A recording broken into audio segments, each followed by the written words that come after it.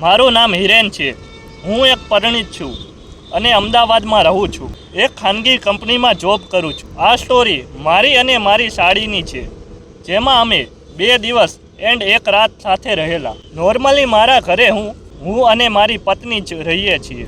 કોઈક વાર કોઈક મહેમાન હોય, પણ એક દિવસ મારી પત્નીને એના પિયર કામથી જવાનું થયું હતું અને મારી સાડી અહીંયા અમદાવાદ એક ઇન્ટરવ્યૂ માટે આવવાની હતી। મારી પત્નીએ મને આ વાત કરી દીધી હતી, એટલે મને મનમાં તો વિચાર ઉઠી ગયા હતા કે આ વખતે સાલી સાથે મોજ કરી લેવી છે, અને આખરે એ દિવસ આવી ગયો।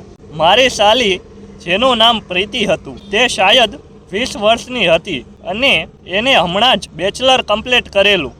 અમદાવાદમાં જોબ માટે એ આવવાની હતી। તેને સવારે બસ સ્ટેન્ડથી પિક કરવા જાઉં છું। પ્રીતિ બસ સ્ટેન્ડમાં ઉતરે છે। તેણે સફેદ ટી શર્ટ અને બ્લેક પેન્ટ પહેરેલું હતું। એની છાતીનો ભાગ ટી શર્ટમાંથી એકદમ મસ્ત દેખાતો હતો અને પાછળ એની એસનો આકાર પૂરો દેખાતો હતો। એ એવી છે અને મને હગ કરે છે। એ આવે છે અને મને હગ કરે છે। હું પણ એને મસ્ત રીતે હગ કરું છું। પ્રીતિના શરીરને પૂરી રીતે ફીલ કરું છું। એક મસ્ત સ્મિત કરે છે, જાણે એને બી મારું હગ ગમ્યું હોય। હું પ્રીતિની બેગ લઈને મારી કારમાં મૂકું છું અને અમે બંને ઘરે આવીએ છીએ। ઘરે આવીને હું એને ફ્રેશ થવા કહું છું। એ પણ બાથરૂમમાં નહાવા જાય છે। મારું મન પ્રીતિમાં જ હતું। હું થોડી વાર રહીને બાથરૂમના દરવાજા પાસે જાઉં છું અને દરવાજાની તિરાડમાંથી જોઉં છું। પ્રીતિએ બધા કપડાં કાઢી નાખ્યા હતા। એ સાવ નિર્વસ્ત્ર દેખાતી હતી। તેણીની બોડી એકદમ સફેદ વાદળ જેવી હતી, એકદમ કોમળ। એના લાંબા વાળ ભીના હતા। તેના શરીર પર પાણીના ટીપાં ચોંટેલા હતા। એકદમ કામુક્ત લાગતા હતા। તેણીના સંતરા એટલા મોટા હતા કે શું બોલો, ત્યાંથી જ નજર નહોતી એકદમ મોટા, જાણે 1 લીટર દૂધ ભરેલું હોય અંદર। એની કમર એકદમ પાતળી। અત્યારે જ ત્યાં હાથ ફેરવવાનું મન થઈ ગયું। અને એસની તો શું વાત કરો, એના ઉપર ટપકતું પાણી જાણે જન્નતનો અનુભવ કરાવતું હોય। આ બધું જોઈને મારું મગજ 7મા આસમાને હતું અને મારો પોપટ સલામી આપી રહ્યો હતો। હવે પ્રીતિનો બહાર આવવાનો સમય થઈ ગયો હતો। હું મારા પોપટને લઈને કિચનમાં જતો રહ્યો અને એને શાંત કરવાનો પ્રયત્ન કરું છું, કારણ કે પ્રીતિ આ જોશે તો શું વિચારશે। પ્રીતિ બાથરૂમમાંથી બહાર આવે છે।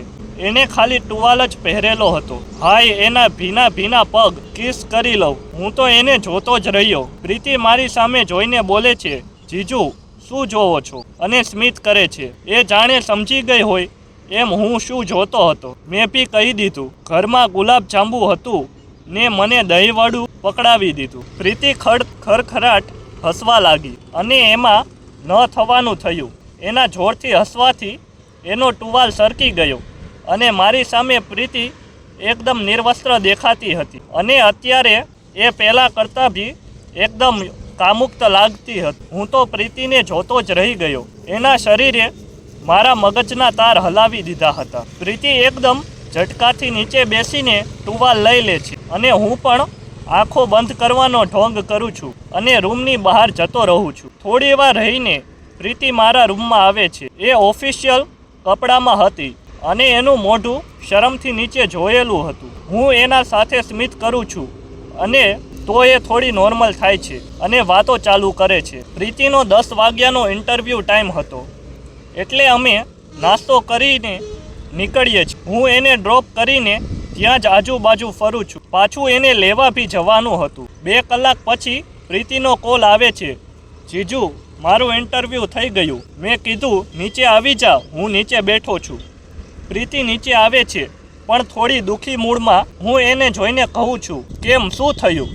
તો પ્રીતિ બોલી, એટલી બધી વાર ઇન્ટરવ્યૂ લીધું અને કીધું તમે વેઇટિંગ લિસ્ટમાં છો, તમને કોલ કરીને જણાવીશું તમારા સિલેક્શન માટે। મેં કીધું અચ્છા, તો એમાં શું વાંધો, આવશે કોલ, ખોટું ના વિચાર। એનો મૂડ સરખો કરવા મેં કીધું ચાલ મૂવી જોવા જઈએ। પ્રીતિના મોઢામાં થોડી ખુશી આવે છે. હું પ્રીતિનો હાથ પકડીને લઈ જાઉં છું. થિયેટર પહોંચીએ છીએ. થિયેટરમાં આજે કોઈ સારી મૂવી નહોતી એટલે ટ્રાફિક નહોતો. મેં પણ કોર્નરની સીટ લઈ લીધી હતી. થિયેટરમાં અંદર જઈએ છીએ ત્યારે આજુબાજુમાં મોસ્ટ કપલ જ હતા. મૂવી ચાલુ થાય છે. મૂવીમાં કંઈ હતું નહીં.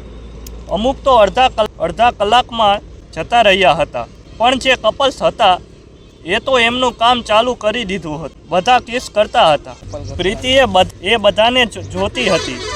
મેં પ્રીતિને જાણી જોઈને પૂછ્યું, શું જોવે છે પ્રીતિ? મૂવી કેમ નહીં જોતી? પ્રીતિ થોડી શરમાઈને કીધું, જોવો ને જીજુ, બધા કેવા કિસ કરે છે. મેં બી કહી દીધું, તારે બી કરવી છે? પ્રીતિ થોડી વાર શરમાઈને બોલી, શું જીજુ તમે પણ? અને થોડી હસી. થોડી વાર પછી એને પણ મન થયું હોય એવું લાગ્યું. મેં એને સામેથી કીધું, થોડું શીખી લે, લગ્ન પછી આ જ કરવાનું છે. પ્રીતિએ થોડું શરમાઈને કીધું, શીખડાવી આપો ને. આ તો લાગ મળી ગયો. મેં બી પ્રીતિ તરફ મોઢું પકડ્યું અને તેના લિપ્સ પર સીધી કિસ કરવા લાગ્યો. આગળ શું થયું એ જાણવા માટે જોડાયેલા રહો અમારી ચેનલ સાથે અને સબસ્ક્રાઈબ કરો આવા વધુ વિડીયો જોવા માટે. ધન્યવાદ.